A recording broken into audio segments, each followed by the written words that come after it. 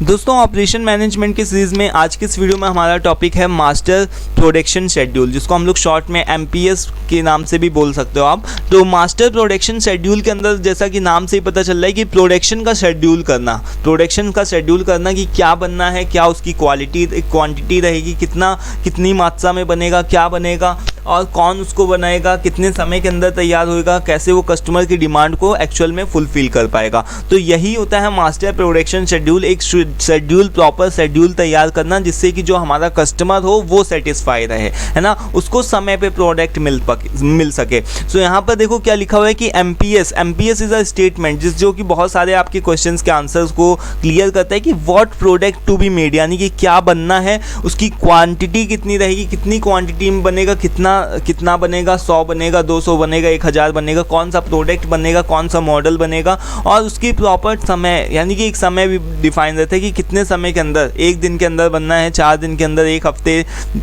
1 महीने, इस तरीके से एक प्रॉपर समय भी निर्धारित किया जाता है कि इतने समय के अंदर ये प्रोडक्ट हमको तैयार चाहिए इतनी मात्रा के अंदर। सो यही होता है मास्टर प्रोडक्शन शेड्यूल। इसमें क्या होता है basically, master production schedule is a plan, एक तरीके का आप प्लान तैयार करते हो दैट शोज कि how many product should be made, कितने पार्ट्स बनने हैं, कितने प्रोडक्ट तैयार होने हैं, और when they should be produce, कब तैयार होंगे। And it helps to coordinate production activities and ensures that the right amount of product is available and meet the customer demand, यानी कि कस्टमर की डिमांड को सही होना चाहिए, कस्टमर की डिमांड को आपका प्रोडक्ट होना चाहिए। ऐसा नहीं कि कस्टमर ने डिमांड किया और आपके पास में प्रोडक्ट है ही नहीं। तो यही होता है दोस्तों मास्टर प्रोडक्शन शेड्यूल। इसी में क्या होता है, एक मेन गोल इसका जो होता है वो ये होता है कि the main goal of the master production schedule is to plan production activities, यानी कि अगर आप प्लानिंग नहीं करोगे, प्लान नहीं बनाओगे, तो कैसे आप कस्टमर की डिमांड को फुलफिल पाओगे। कस्टमर की डिमांड को आप नहीं कर सकते ना पूरा, पहले आपको प्लान बनाना पड़ता है। उसके लिए पहले कस्टमर की डिमांड को देखो कि कस्टमर की डिमांड बढ़ेगी, घटेगी, कौन सा सीज़न आ रहा है। जैसे दिवाली सीज़न आता है तो उसमें कपड़े क्या होते हैं, जो पहनने वाले कपड़े होते हैं, जूते होते हैं, यानी कि फैशन के जो भी सामान हो गए, इलेक्ट्रॉनिक आइटम्स हो गए, ये सभी चीज़ें ज़्यादा बिकते हैं, है ना। कार हो गया, AC हो गया, ये सभी चीज़ें, सॉरी मतलब AC तो नहीं मतलब मान लो, लेकिन हाँ मोस्ट ऑफ द जो भी इलेक्ट्रॉनिक आइटम्स होते हैं, लोग क्या चाहते हैं कि हम कुछ दिवाली पे नया खरीदें। तो वो क्या है कि यानी प्रोडक्शन जो भी आइटम्स होते हैं उन सभी की डिमांड बढ़ने वाली होती है। तो इस वजह से जो भी कंपनियां होती हैं वो पहले से अवेयर हो जाती हैं, PPC जो डिपार्टमेंट होता है वो पहले से अवेयर हो जाता है कि जो कस्टमर की डिमांड है वो बढ़ने वाली। जैसे सर्दियाँ आने वाली हैं तो सर्दियाँ आएंगी तो वहाँ पर से हमारे जो भी वूलन क्लोथ्स हैं उनकी डिमांड, तो उसके हिसाब से जो भी PPC डिपार्टमेंट होता है वो अवेयर हो जाता है और वो क्या करता है, कस्टमर की डिमांड के हिसाब से क्या करने लगता है कि एक प्लान बनाता है कि इतना बनना है, इतने समय के अंदर, तभी वो कस्टमर की डिमांड को पूरा कर पाएगा। और अगर नहीं ये प्लान बना करके चलेगा तो वो क्या कर पाएगा, इसमें फेल हो जाएगा। और अगर ऐसा फेल होता रहा तो फिर वो क्या होगी, कंपनी की ग्रोथ रुक जाएगी। तो मास्टर प्रोडक्शन शेड्यूल के अंदर हम इन्हीं सब चीज़ों के आंसर्स को देखते हैं। अब इसके कुछ एक ऑब्जेक्टिव हैं या फिर आप इनको इंपॉर्टेंस बोल लो। तो इसका ऑब्जेक्टिव ये होता है कि कस्टमर की डिमांड पूरी होती रहनी चाहिए। तो मीट द कस्टमर डिमांड, अगर आप कस्टमर को सेटिस्फाई रख रहे हो, कस्टमर की डिमांड को पूरा रख रहे हो, तो यानी कि आपकी कंपनी की ग्रोथ अच्छी है, पक्की है। देन यहाँ पर क्या है कि ऑप्टिमाइजिंग रिसोर्स यूटिलाइजेशन, जितने भी आपके पास में रिसोर्सेज अवेलेबल है उनका अच्छे तरीके से यूटिलाइजेशन करो। अगर आप एक मास्टर प्रोडक्शन शेड्यूल बनाते हो, एक प्रॉपर शेड्यूल के हिसाब से एक प्रॉपर प्लान बनाते हो, तो आपके पास में जितने रिसोर्सेज हैं उन सभी रिसोर्सेज का आप पूरे अच्छे से ऑप्टिमल तरीके से यूटिलाइजेशन कर सकते हो। देन इससे क्या कर सकते हो कि आप इन्वेंट्री कॉस्ट को भी कम कर सकते हो। इन्वेंट्री कॉस्ट का मतलब, आप कई बार ऐसा होता है कि आपने कस्टमर को डिमांड को एनालिसिस नहीं किया और आपने बहुत ज़्यादा ओवर प्रोडक्शन कर दिया। आप ओवर प्रोडक्शन करोगे तो फिर आपको उसको रखने की भी जगह चाहिए, अब उसको रखोगे कहाँ, तो ये क्या हो गया, इन्वेंट्री के लेवल से, यानी कि इन्वेंट्री की कॉस्ट यहाँ पर क्या होती है, ज़्यादा बढ़ रही है कि उसको प्रॉपर तरीके से रखो, कहीं वो टूट फूट ना जाए। और अगर आप जस्ट इन टाइम वाले रूल को फॉलो करते हो कि जस्ट इन टाइम, यानी कि जैसे ही कस्टमर का डिमांड आया और तुरंत आपने उसको ऑर्डर करा, तो वहाँ पर से आपकी इन्वेंट्री कॉस्ट बच जाती है और साथ ही साथ में उसके टूट फूट, जो भी आप प्रोडक्ट तैयार करो उसके टूटने फूटने का खतरा भी कम हो जाता है। तो यहाँ पर ये भी इसका ऑब्जेक्टिव होता है। देन इससे क्या होता है, आपकी इफिशियंसी बढ़ती है प्रोडक्शन की, जितने आपके पास में रिसोर्सेज है उन सभी का अच्छे से यूटिलाइजेशन कर सकते हो आप।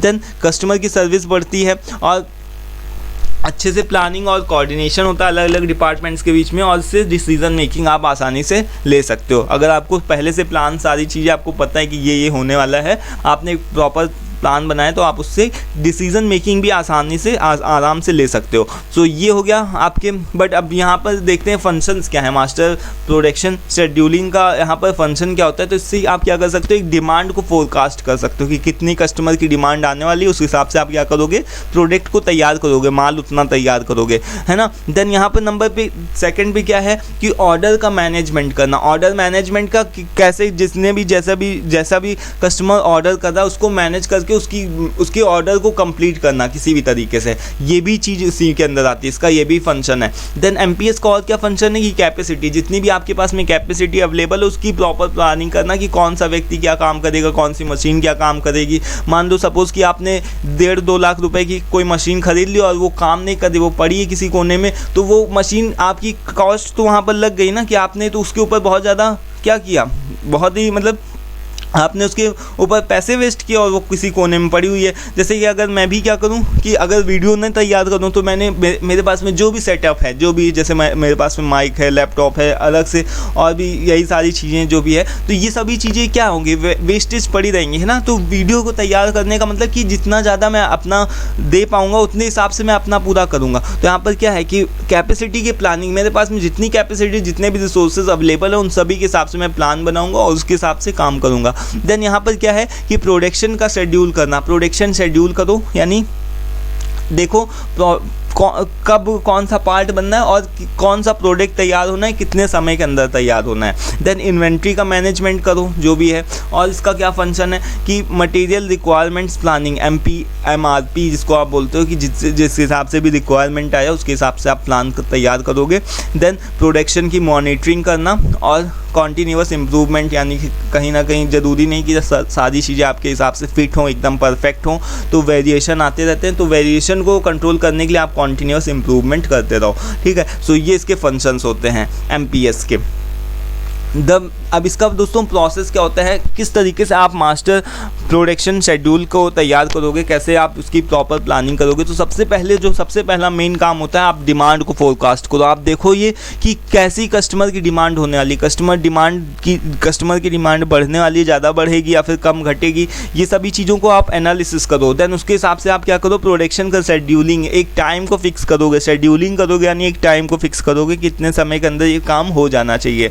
देन उसके बाद में MRP यानी कि मटेरियल रिक्वायरमेंट्स प्लानिंग, यानी आप मटेरियल को रिक्वायरमेंट देखोगे कि मटेरियल हमारे पास में एक्चुअल में है कि नहीं है। हमारे पास में मटेरियल भी होना चाहिए, मशीन भी होनी चाहिए, मैन पावर भी होनी चाहिए, तभी तो आप प्रोडक्शन कर पाओगे, नहीं तो नहीं कर सकते हो।